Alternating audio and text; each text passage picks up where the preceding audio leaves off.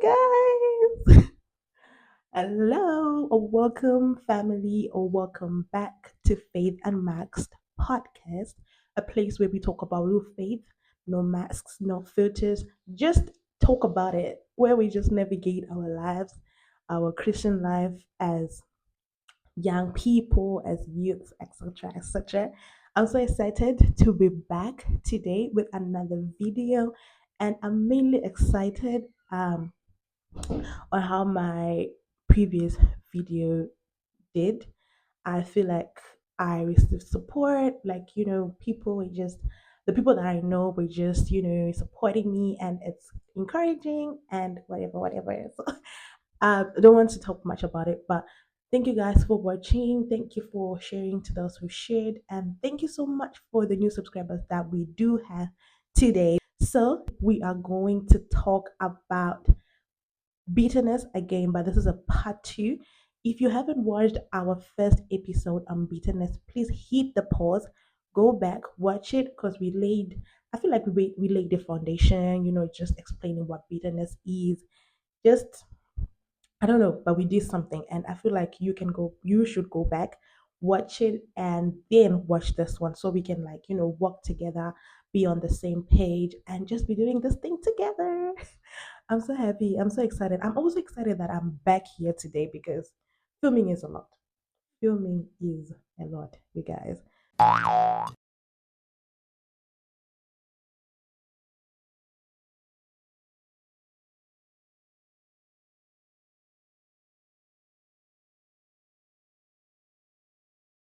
So today we are going to talk about the type of bitterness that grows out of jealousy. I feel like this is so common. And that time when, like, someone's prayer is getting answered, or someone is getting the blessing you prayed for, and when they're celebrated, you just feel invisible, and sometimes, like, doors are just opening for them, and you're just in the hallway like, God, when is my own door opening? Hey, wow, that one is crazy. That one is, it's so common. Like, you start comparing yourself to that person, and then it starts as jealousy, and then the jealousy now turns into bitterness and even more, right? So we are going to tackle that. God will help us. Lord, please help us today, and I hope that you will understand. So this type of bitterness, it's not always loud. Like, it's not always loud, it's not always obvious, but it's real. And if we are not careful, it actually gets dark beyond recognition. You actually be like, is this the person that was so nice? Is it the person that was so sweet yesterday?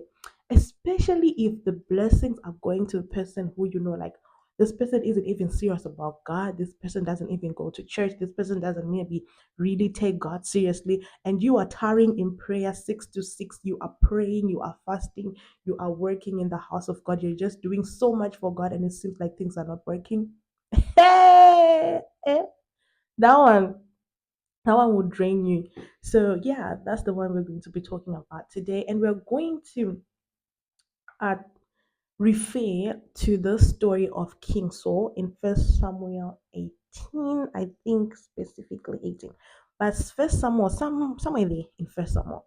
That's the one. That's one of the story I was reading, and it kind of connected to this particular issue. So God will help us, and now let's look this at this in the word. First Samuel 18, verse 79. It says, Saul has slain his thousands, and David his tens of thousands. Saul was very angry. This refrain displeased him greatly, and from that time Saul kept a close eye on David. I'm going to read message. Do I get message here? One moment, please. As they returned home after King David had killed the Philistine, the women poured out all of their villages of Israel, singing and dancing, welcoming King Saul with tambourines, festive songs, and lutes. In playful frolic, the women sang. Saul kills by thousands, David by 10,000. This made Saul very angry. Okay, it says this made Saul angry, very angry. He took it personal as a personal insult, and he said, "They created David with 10,000s and made me with only thousands. Before you know it, they'll be giving him the kingdom." From that moment on, Saul kept his eyes on David. You see now. So, just to give you a little bit of context, David had killed like Goliath and whatever, and then people were now celebrating, but it looks like people were now saying he killed more or like he did a better job than Saul, right? I don't think that's actually what they that's what they said, but maybe not to disrespect him, but he took it as an insult, like I've been with these people all along, I've been fighting and stuff, but then David just came and killed Goliath. Before I know it, now he's going to be king of me. And that was the root of jealousy that was planted. So we'll go on with the story and I'll let you know. I'll read one other verse, I guess. We'll see as we go. So Saul had his position, power, favor, but at that moment, like people started applauding David instead of him. So the comparison cracked open the door for jealousy in Saul's heart, and bitterness took root in. So like he now had bitterness. So breaking it down, the path from from jealousy to bitterness. Let's be open. This happens to a lot of people. You love people around you, but sometimes seeing their wins stirs up like something uncomfortable in your chest. You start to wonder, like, why them? Why not me? What about all the work I've put in? Like, someone getting a promotion at work. You've been doing a lot, but they're not seeing you, they're not promoting you, and you're like, okay, why this person? Why not me? What is she doing? What is he doing? What am I not doing? And in most cases, you don't even look at what you're not doing. You just be like, I'm doing a lot, but what is this person doing? And why does it seem like he is getting this more than myself? And you start asking God, God, does really God see me? Is God favoring this person and stuff? And that's where bitterness comes from. That's where that's like feeding. I think last time I mentioned that when you feed bitterness it grows, so that's how you're feeding it, and the devil is so happy, like, yeah, you should feel like this. One thing we have to understand as Christians is that if someone is being blessed, that doesn't mean the door is also closed for you. That doesn't mean that God is running out of blessings. God is God. God doesn't run out of favor. He's keeping it for you, maybe for some reason you need to correct something before he actually gives it to you. So don't think that, oh, God is blessing them, so there might not be anything remaining for me, or there might not be enough left for me. God doesn't run out of favor. He's keeping it for you and he will give it to you when it's due time, in his own time, he says. um, at the right time, I, the Lord, will make it happen. We just have to be careful. Let's not compare ourselves. I feel like the problem starts when you compare someone to you with the very, very, very least thing. Just comparing that, oh, this person has nice eyebrows than myself. Things that you can't even change. It starts very small, and if you cultivate a habit of comparing, um in your mind, if you're just someone who compares, you know at the end of the day you start comparing from the little things. It grows. You're comparing body shapes. It grows. You're comparing uh, what is it called, their successes. You're comparing what they own, their wives, their husbands, hey, this and this and that and that, and then it grows to very, very, very, very deep things. And if you haven't read the story of Saul and David, I advise you go and read it, because it actually starts. They actually started on good books. I guess I want to put it that way. They were really okay, right? David was there serving and stuff, and then he went and fought and actually saved them. Saul didn't go to fight Goliath, right? But David was there, like his relationship with God and etc. But like he gave himself to go and do it for them. He saved the people and he even saved them. They even celebrated him, trying to, pay him and give him stuff for that. And that was okay. But when now the people started realizing that and praising him for that, so felt like, oh, people are not seeing me. But initially, that's what people do. It's, you didn't do anything. You understand? Like, you didn't do anything deserving in most times, well, maybe not most, like in some cases you didn't do anything to deserve that, but you just feel like it should be given to you than the other person. That's a bad habit. And then in cases where someone else is being blessed, actually, like, they actually deserve it, they have worked for it, and you're just feeling like, oh, I put in as much work as that person, but I'm not being recognized and etc. Just leave it to God. God has His own time, and God has.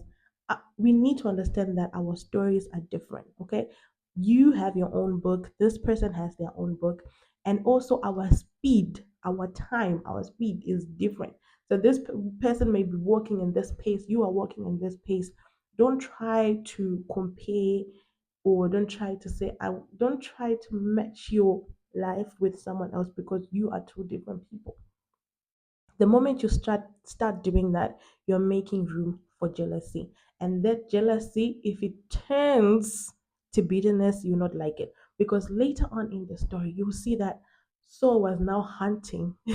He was now hunting for Joseph, for David, sorry. He was now hunting for David. He wanted to kill him. He made it so obvious, like he had no shame. Everyone knew that this man wants to kill him. Why? What did he do? There was no concrete reason why he wanted to kill David. It was just out of jealousy. David didn't do anything, but that bitterness turned a whole man of God. So don't think that, oh, okay, I'm too cool. I know the word a lot. Bitterness isn't such a no, isn't much for me. But that moment when you're just jealousy over a very, very, very small thing, the devil is happy and he's going to, try and give you ideas. He's going to try and help you feed that. And before you know it, you were unrecognizable. David, sorry, my names. Saul was bent down on killing David. He made his son know. Everyone knew his people, and people were actually telling him, oh, David is now hiding in this cave. David is now camping at this site. And he would go there. It was failing all the time, but he wanted to. He had plans of killing him. So imagine a whole man of God, someone who was chosen by God to be a king, although God later regretted it, but he was chosen by God. He was chosen by God to be a king. And just out of jealousy, he wanted to kill him himself. You remember, I think it's twice he tried throwing the arrow to David and then he missed. It's just so embarrassing. Sorry to use that word, but it's so sad. It's so sad that how can this person be so inconsiderate? How can this person be so jealousy of someone that they want to take his life? He had how many times he was following him up and down, trying to kill him. You see how small jealous just out of people saying, "Oh, Saul kills 1,000, David now kills 10,000," and that his pride. It was pride. He felt like they've drained his ego, like they've attacked his pride. He's not king enough, and stuff like that, which is not nice. So let's be careful. Let's pray. I think for people that I always talk to, I always tell them that I like praying for my heart. That's good English, I think. Uh-huh. I like praying for my heart. I understood that a lot of things happen, a lot of things start from the heart. Like, pray for your heart. Take away the jealousy, take away the envy, take away the comparison, take away the hate, take away. Pray for your heart. Pray for God to purify your heart. I think I even talked about it in my last episode. I think so. Yeah. Pray for your heart because a lot starts from the heart. This jealousy, this envy we are talking about, it starts from the heart. So let's pray for our hearts just to Some things just let them go. Some things just wait for your time. Your time will come. God has His own plan. Our worlds are not the same. You have your life, I have my life. And don't think that something in my life will be in your life unless God has it that way. So let's not try to twist the will of God. So, the next segment here, we are going to talk about signs that show that you might be bitter. So, number one, you feel a sting when they succeed. You feel like, like, okay, okay, it's not that deep. You don't really want to like open your heart to celebrate them. You're just like, okay, it's normal. You Sometimes you don't even congratulate them, or you can congratulate them, but you don't really mean it. Let's learn to have our words aligned with what we're saying. Be someone who finds it easy to say congratulations and I'm happy for you. And may your words agree with your heart. Repeat after me. Congratulations, I'm happy for you. And be happy for them for real. Those things, I'm happy for you, I'm happy for you. Keep saying it, keep saying it, keep saying congratulations, I'm happy for you. Or, stuff like that. And let your heart agree with it. First say it, and then your heart will come along. There are people who just can't say congratulations. People will just say, I don't know how to put it. It's in Shona. Zenyu. Inga zenyu. You understand? Like inga zenyu yake ndiye kunge um like how can that be the first thing that's coming out of your mouth? Inga zenyu. It's like you're comparing yourself to that person. Kuti zenyu zvaita zvedu still sakango, you know that's the type of thing I'm saying. Like, learn to say congratulations, I'm happy for you. Oh, those good words. Don't be like someone says, oh, I can't express myself. Yeah, I can't do this. Don't be nonchalant. That makes room for jealousy. That opens and paves way for jealousy. Learn to say congratulations, I'm happy for you. Okay? Okay. And then number two sign is that you minimize their breakthrough to make yourself feel better. That is real. We celebrate wins in different ways. Me getting this microphone is so much for me, you know. And okay, yeah, let's talk about people who are like people who want to be social media influencers like me. So let's say, for example, I get 100 subscribers, right? And then I go to my friend and I'm like, oh, I have 100 subscribers. Oh, I have 100 subscribers on YouTube. And then my friend will be like, girl, that's 100. When you get to 1,000, what will you do? Will you bring the whole roof down? You see, that's a sign of jealousy because what's your problem? What is your problem? Just celebrate with me. I feel like it's a win. And you, as a person, whether my friend or not, just you being a normal person, accept that this is a win for me. I feel like it's a win for me. Celebrate with me at that time. If you feel like it's little in your mind, please keep it to yourself. But as a Christian, it's not supposed to be in your head at all. It's not supposed to be in your head. In your head, you're supposed to be happy for me. If you feel like, oh, she should grow more, then help me repost my videos, do this and do this. Okay, help me to get to the 1,000, which you think is a big. That's what someone who's actually trying to celebrate, not like girl, like diminishing people. That's not nice. This is a win for this person, and don't be like, uh, what's your problem? That's not nice. So let's learn to celebrate people's wins. What they feel like is a win for them. You don't judge. So watch out for that. That's number two. And then number three, we're just going to do four. You don't celebrate them or you avoid their posts entirely. That's in your heart. That's why I said, I think earlier I mentioned that it's not always loud, it's not always obvious.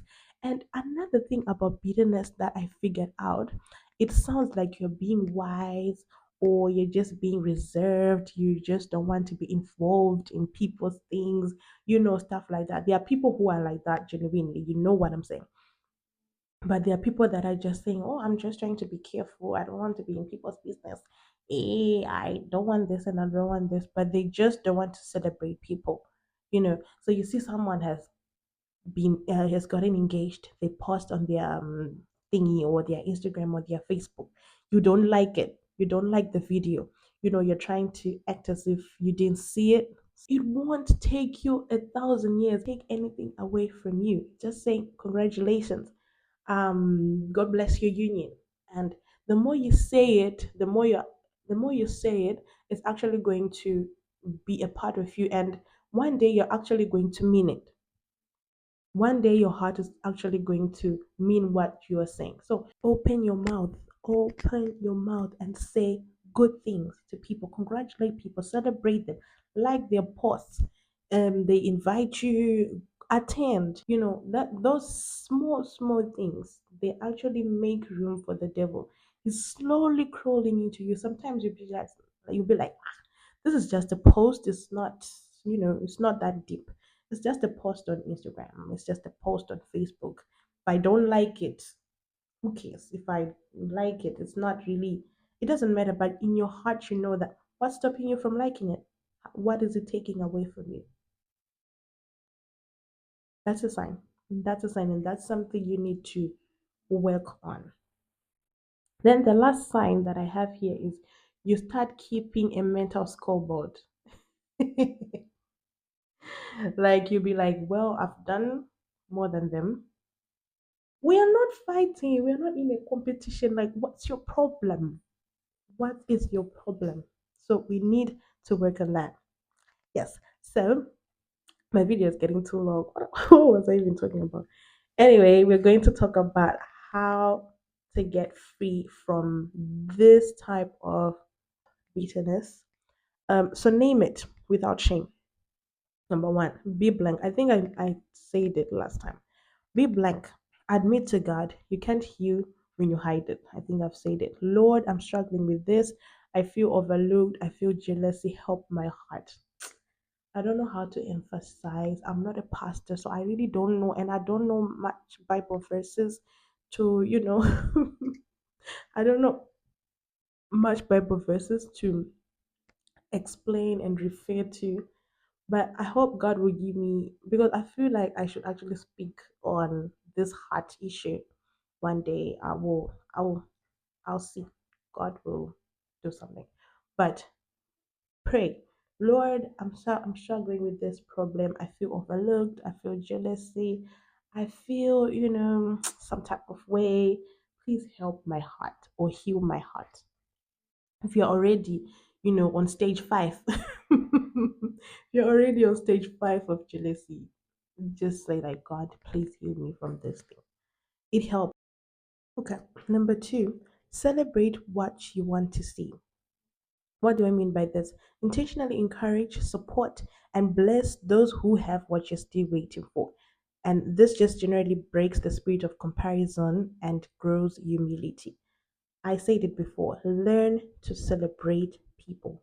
Learn, especially those who have what you want. So let's say you're still asking God for, a baby, you're still asking God for a job, you're asking God for marriage, you're asking God for a house.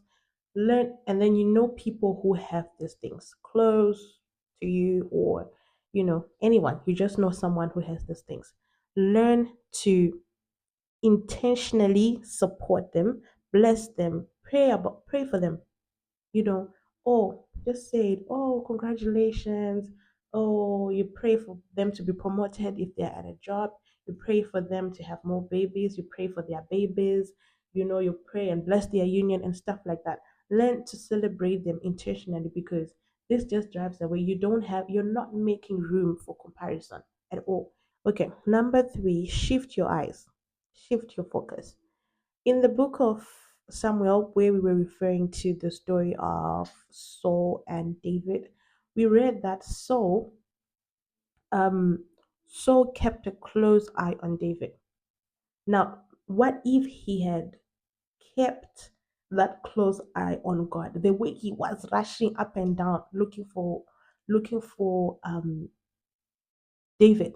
the way he was following him up and down, the way people were updating him. David is now here, David is now there. What if he was looking for God, like hunting for God that way? How, like, think of the type of relationship he would have had with God.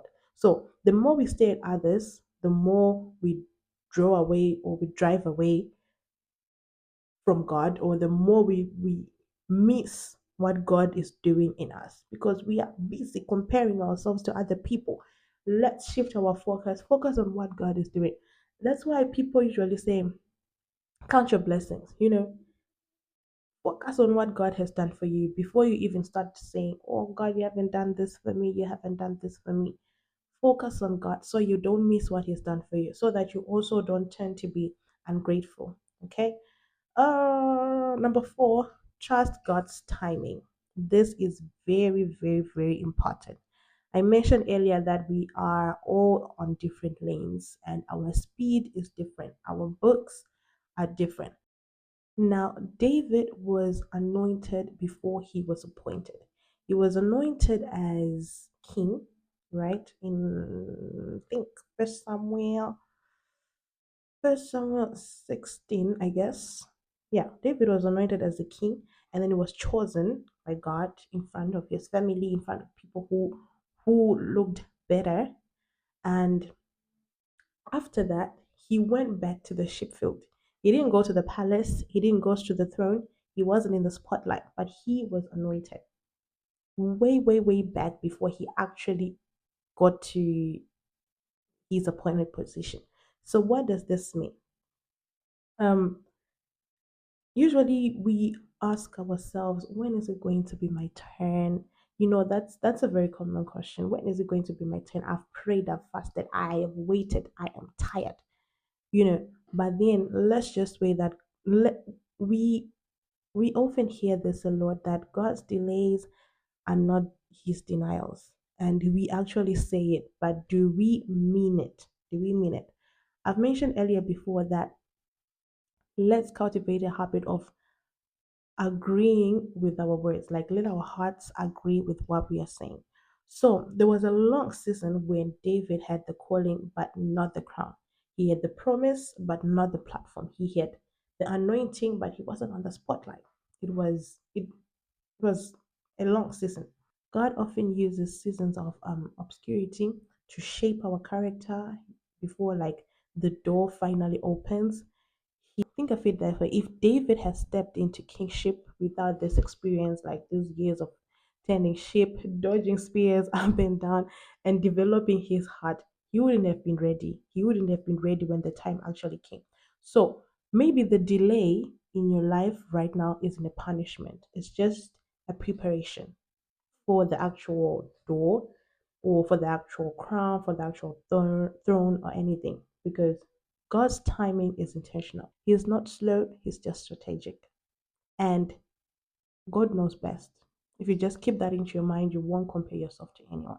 So let's read Habakkuk 2, verse 3. For the vision is yet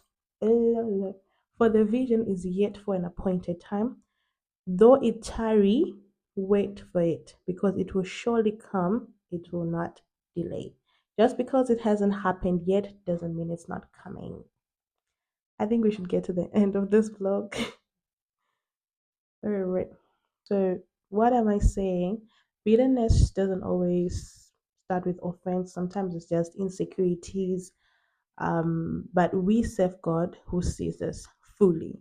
He doesn't forget, He doesn't skip over, He never runs out of blessing. So instead of letting jealousy root our joy, let's ask God to heal the root, because what He has for you is still for you, not going to be given to anyone else. It's just the time. So, yeah, I hope this episode helped somebody or some people. Even just one person is fine. And I was also speaking to myself, so at least I know one person is helped. So I just pray, let's just take this moment in your own time or after the vlog. Just pray for your heart. And this week, just check yourself out. Just like pray for the people you've been tempted to envy, and watch how God softens your heart. And if you have time, I'd advise you to read First Samuel. It has like 31 chapters. Um, if you have time, read from chapter one. That will actually help you understand like the whole story and where these people are coming from and where they are going. Try to read it. If not, maybe from, I remember 18, so maybe from, let's say, 15 to 20. Just try to read what happens there. You can read a version that you understand the best. I use the message because it's kind of direct for me, but you can use the version that's best for you. So, yes, thank you so much, guys, for watching to this very end. I hope God helps us. And yeah, next episode, we might just have a guest. Not sure yet. I hope so because I'm tired of speaking alone. I'm tired of talking to myself, just me, no one talking. No, I need to be quiet, listen to someone and stuff. So if you're also free, please, and you feel like you can have something to say, please do let me know, and we can do this together. But yeah, my name is Queen Rosemary, and I remain your host on Faith and Math podcast. Until next time, stay blessed.